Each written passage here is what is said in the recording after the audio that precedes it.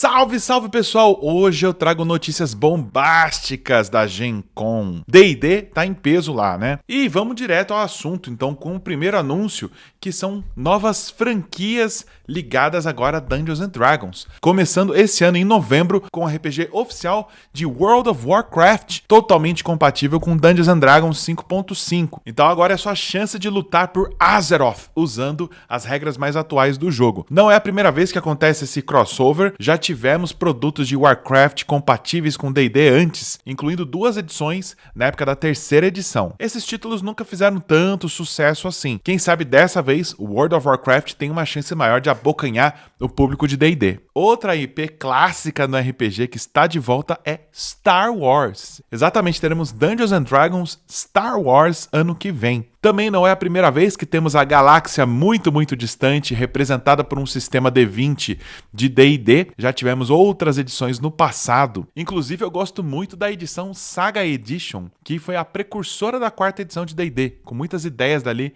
que depois se transformaram na 4ª edição. Depois de um longo hiato em que Star Wars ficou longe do D20, ele está de volta na Season of the Rebellion, que vai trazer não só esse livro principal de Star Wars, como outros suplementos e livros relacionados. E o que é esperado é que agora, para Dungeons and Dragons, exista mais ou menos o mesmo tratamento que o Magic the Gathering fez nos jogos de carta, que é abrir o mundo para outros universos. Você tem o universo de Final Fantasy, o universo de Tartarugas Ninja, você tem o universo de Senhor dos Anéis, tudo isso no Magic. E parece que o Dungeons and Dragons vai fazer a mesma coisa do ponto de vista do RPG de mesa e ser um sistema operacional de RPG para várias outras franquias que vão lançar seus produtos licenciados com a Wizards of the Coast, a editora responsável por D&D. Eu até chutaria que de repente já vamos ter um Final Fantasy para Dungeons and Dragons, ou também Assassin's Creed, Street Fighter, enfim, todas essas franquias que fizeram crossovers com Magic, quem sabe agora possam fazer crossovers com D&D também. Mas o que me empolgou mesmo nos anúncios aí de D&D foi o retorno de Dark Sun. Sim, é oficial, Dark Sun está chegando para D&D 5.5 e para você que está desconfiado, com medo de uma versão soft, de uma versão light de Dark Sun, pode ficar tranquilo que o seu gore está garantido. A Wizards of the Coast está lançando essa linha de Dark Sun com classificação indicativa 18+, e com recomendações até para que lojistas deixem os livros fechados no shrink, no plástico, para não deixar crianças folhearem suas páginas em uma loja de livros. Pelas capas que você está vendo aí, dá para ver que tá violento o negócio mesmo. E para apresentar esse cenário brutal, eles fizeram uma animação. Aliás, tirem as crianças da sala que eu vou mostrar umas cenas agora.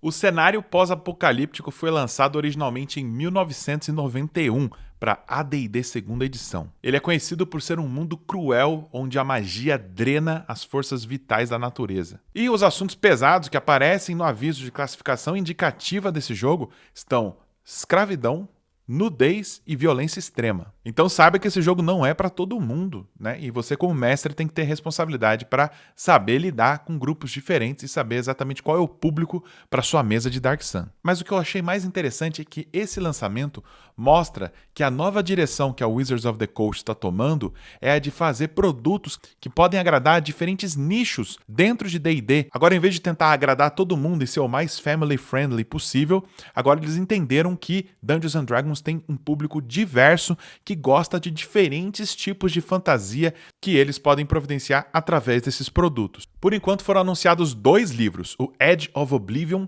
que vai ser um gazetteer mostrando como são as regiões do mundo de Atas, quais são os reis feiticeiros que comandam as cidades-estado e introduzindo os perigos, os monstros que habitam esse lugar. E temos o Blood and Power, que apresenta as opções novas para jogadores, como o Gladiador e a classe psiônica, o Psion. Além disso, vai ser lançado um novo livro do jogador, o livro básico de D&D mesmo, só que com todas as artes estilizadas para Dark Sun, caso você queira mergulhar de vez nesse cenário e transformar toda a sua experiência de D&D em Dark Sun. Se você quer saber um pouco mais de Dark Sun, no canal a gente tem um vídeo sobre um ícone de D&D, o Boris, o dragão, em que a gente dá uma pincelada geral no cenário. Mas vamos aguardar com muito entusiasmo esse livro para fazer uma série de cenários de Dark Sun completíssima assim que ele sair. E não deve demorar muito, o lançamento está previsto para o começo do ano que vem já. Então prepare sua carteira. E não para por aí, temos mais anúncios interessantes vindos da Gen Con, e um deles é o lançamento de uma aventura de Greyhawk para o ano que vem, chamada Greyhawk Crown of the Witch Queen. Esse livro vai falar sobre Draunza, que é ninguém mais, ninguém menos do que a filha da Igwilf, também conhecido como Tasha. Ela é a filha da Tasha com quem, você deve se perguntar? Com ele, o Lorde Demônio da Luxúria e da Sedução, Grast, a Lina sabe. Esse tórrido romance entre Igwilf e o Grast, a gente falou no vídeo, né, sobre ícones de D&D, tanto da Igwilf quanto do próprio Grast. Você pode ver em algum lugar aqui. Mas fruto desse relacionamento é Drelsna, que foi apresentado numa aventura antiga, lá na década de 70 ainda.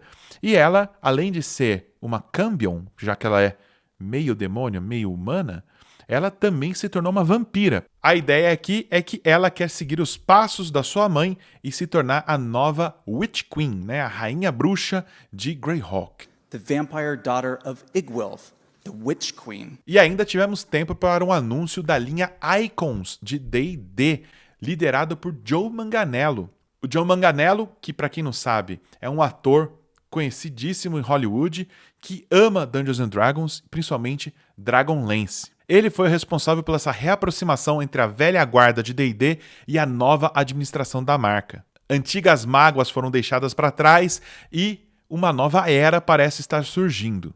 Entre os ícones que vão voltar a escrever para Dungeons and Dragons está o Luke Gygax, filho do Gary Gygax, que vai lançar ano que vem um suplemento para Greyhawk chamado Melf's Guide to Greyhawk, The Shieldlands, que vai mostrar um pouquinho do ponto de vista dele de como é o Greyhawk mais old school. Vai ser uma pegada mais old school com relação ao outro livro de Greyhawk que eles já anunciaram, tá? Parecem ser duas linhas diferentes ali. A série Icons vai ser muito mais ligada à visão dos autores do que da empresa propriamente dita. Outro grande nome que vai fazer parte da linha é o Tracy Hickman e a Margaret Weis, que vão trazer de volta Dragonlance através de romances e novas aventuras oficiais. De novo, com a visão deles de como é esse cenário. E nessa primeira leva ainda deu tempo de chamar o R.A. Salvatore, conhecido por ser o criador do Drizzt Do'Urden, o mais famoso elfo Drow Ranger de D&D. Exatamente quais serão os produtos que eles vão lançar ainda está indefinido. Sabe-se apenas que eles vão dar essa visão pessoal e retomar um pouco do controle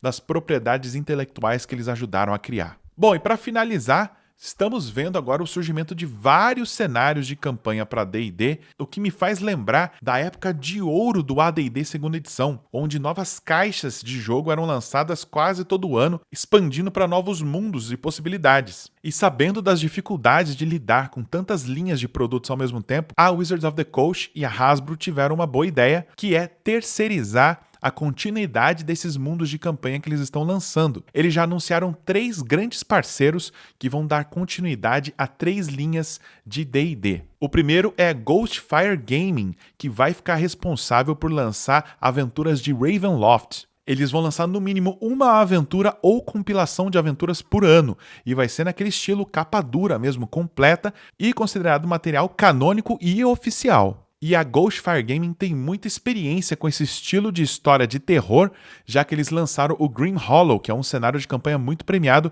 que tem essa pegada do horror gótico de Ravenloft. Então, Ravenloft com certeza está em boas mãos. Outro parceiro anunciado é a Kobold Press, que vai sustentar a linha de Forgotten Realms a partir de agora. Eles são conhecidos pelo cenário de Midgard, que é muito legal, vários produtos compatíveis com D&D quinta edição, incluindo o Tome of Beasts, aquele famoso livro de monstros. Recentemente eles também lançaram o Tales of the Valiant, na época da crise da OGL, né? Eles lançaram a própria versão de D&D quinta edição deles. Eles são uma editora muito experiente e vão caprichar muito em Forgotten Realms daqui pra frente. E já a Visionary vai ficar responsável por Eberron, que faz todo sentido, já que essa editora tem um contato muito próximo com o Keith Baker, que é o criador do cenário. E já lançaram livros com ele, incluindo o Exploring Eberron, que dá muito mais detalhes sobre cada região desse mundo. E aí, o que você achou das novidades? Eu tô achando incrível, eu tô achando que a gente tá entrando numa nova era de ouro aí do D&D, tantos cenários sendo sustentados ao mesmo tempo. E essa nova abordagem